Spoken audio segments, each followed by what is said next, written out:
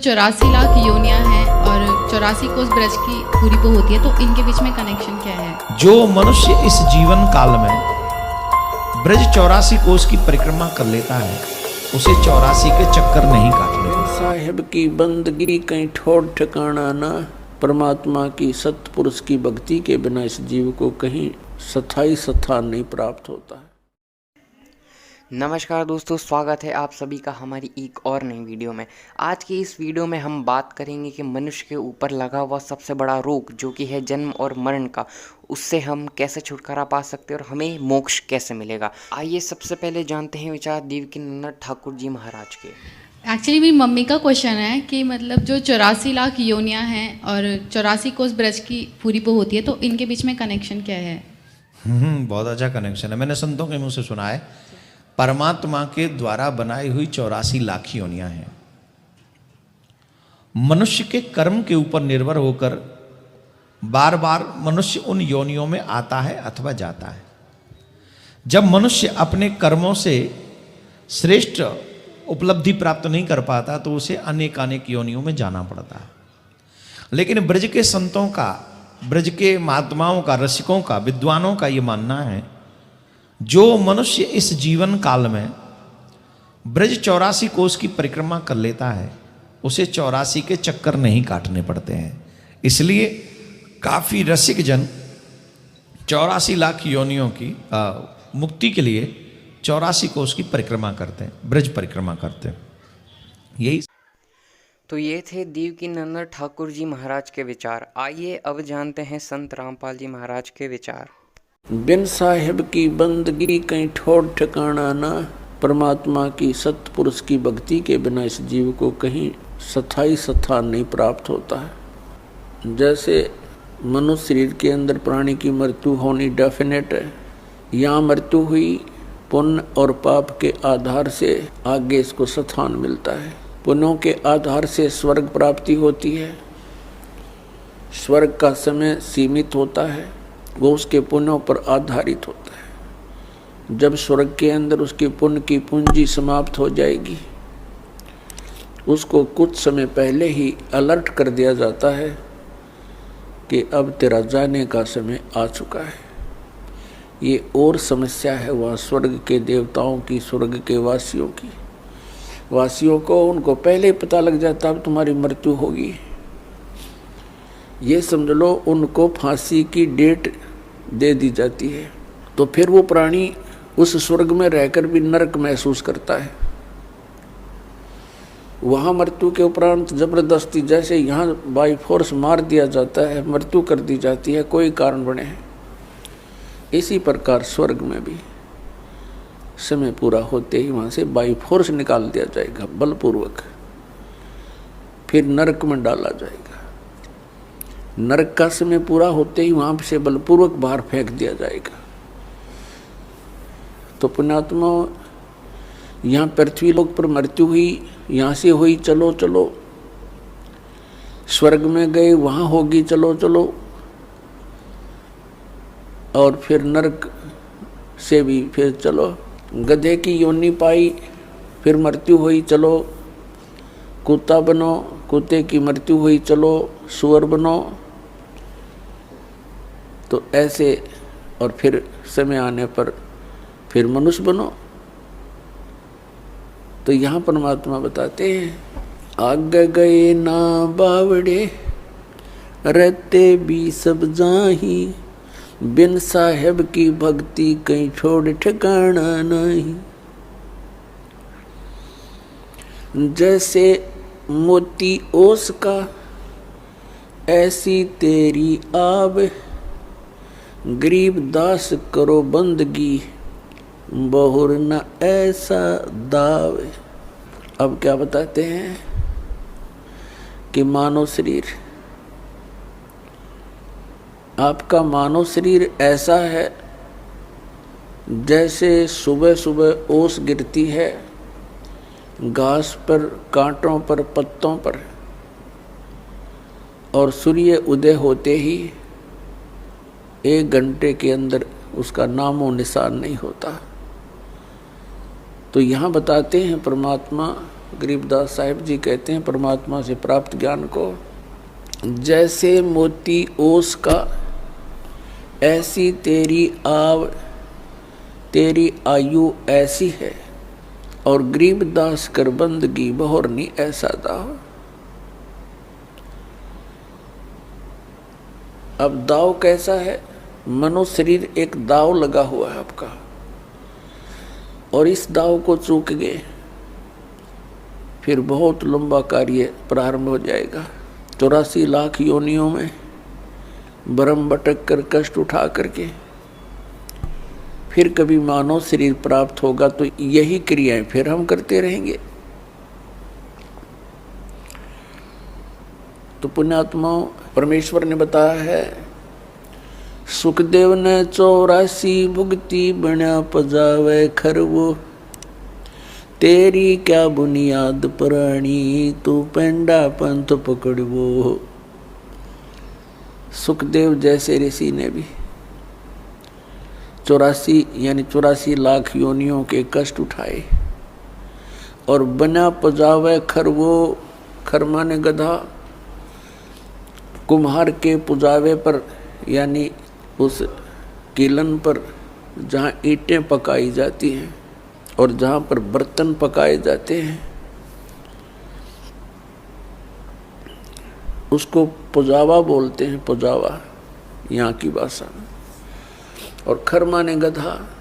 ऐसे ऋषियों की भी ये दुर्गति यहाँ हो रही है, तो परमात्मा कहते हैं तेरी क्या बुनियाद पुरानी तू पेंडा पंथ पकड़े। वो पेंडा माने वो मार्ग, कौन सा मार्ग जिससे ये 84 लाख योनियों की ये भ्रमणा, ये कष्ट, जन्म और मृत्यु समाप्त हो जा। उस मार्ग को पकड़, उस ज्ञान को ग्रहण कर। उसके लिए श्रीमद् भगवत गीता अध्याय नंबर 4 के श्लोक नंबर 32 में कहा है कि अर्जुन, जो मैंने अभी आपको ज्ञान सुनाया, अध्याय नंबर 4 के श्लोक 25 से लेकर 30 तक, जिसमें कहा गया है कि कोई तो देवताओं की पूजा करते हैं और कोई हवन यज्ञ ही करके संतुष्ट है,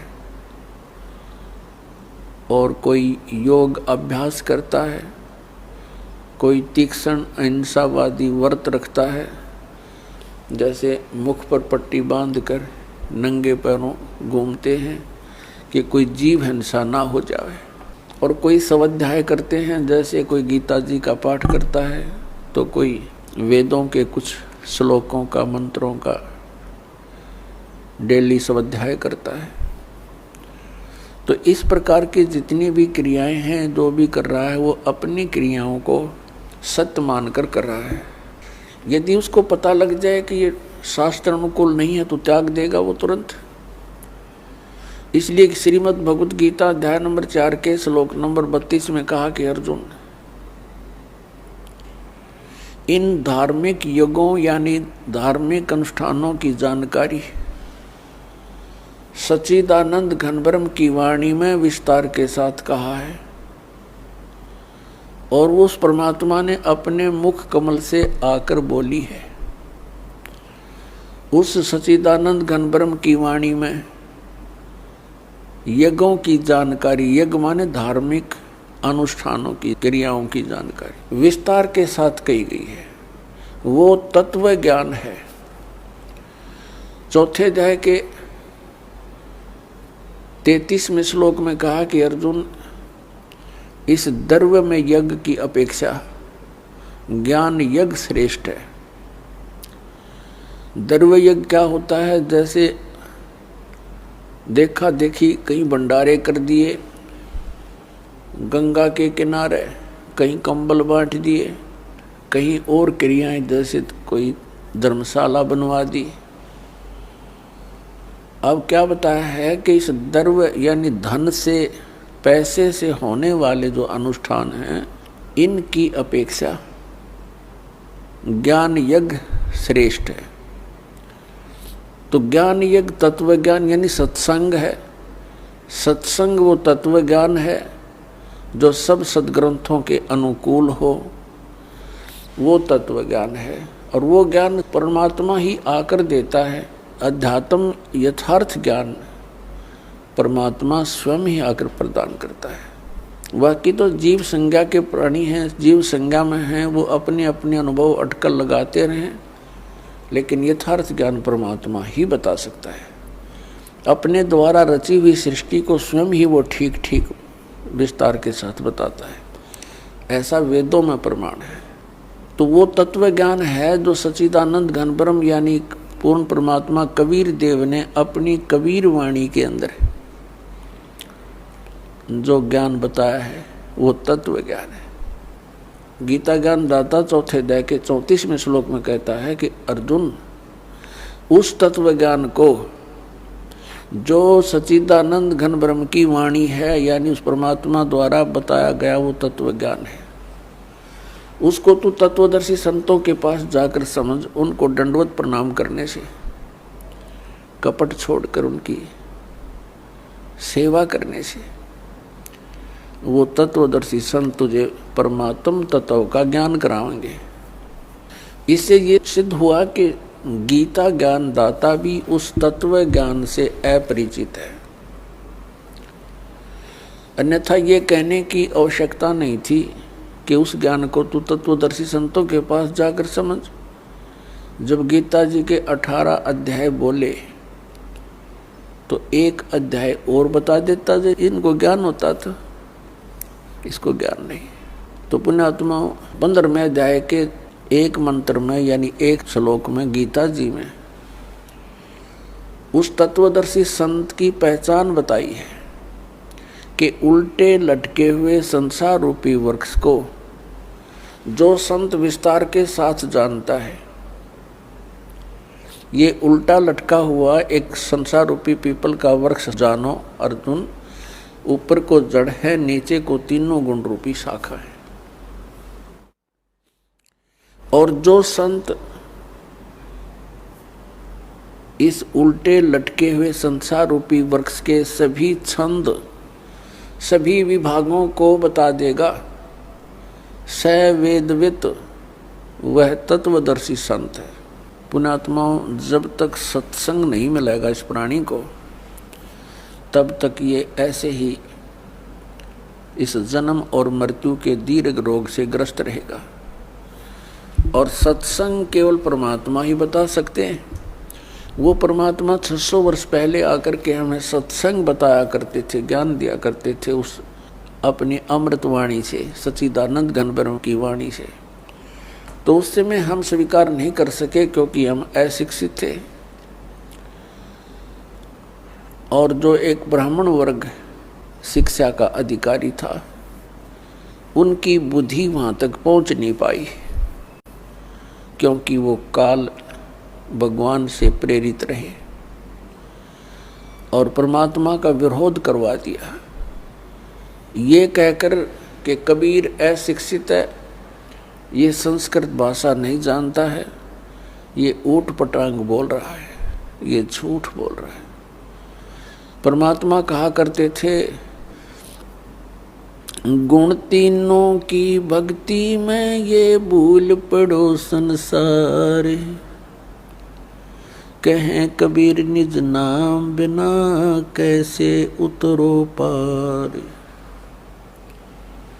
तीन देव की जो करते भक्ति, उनकी कदे ना होवे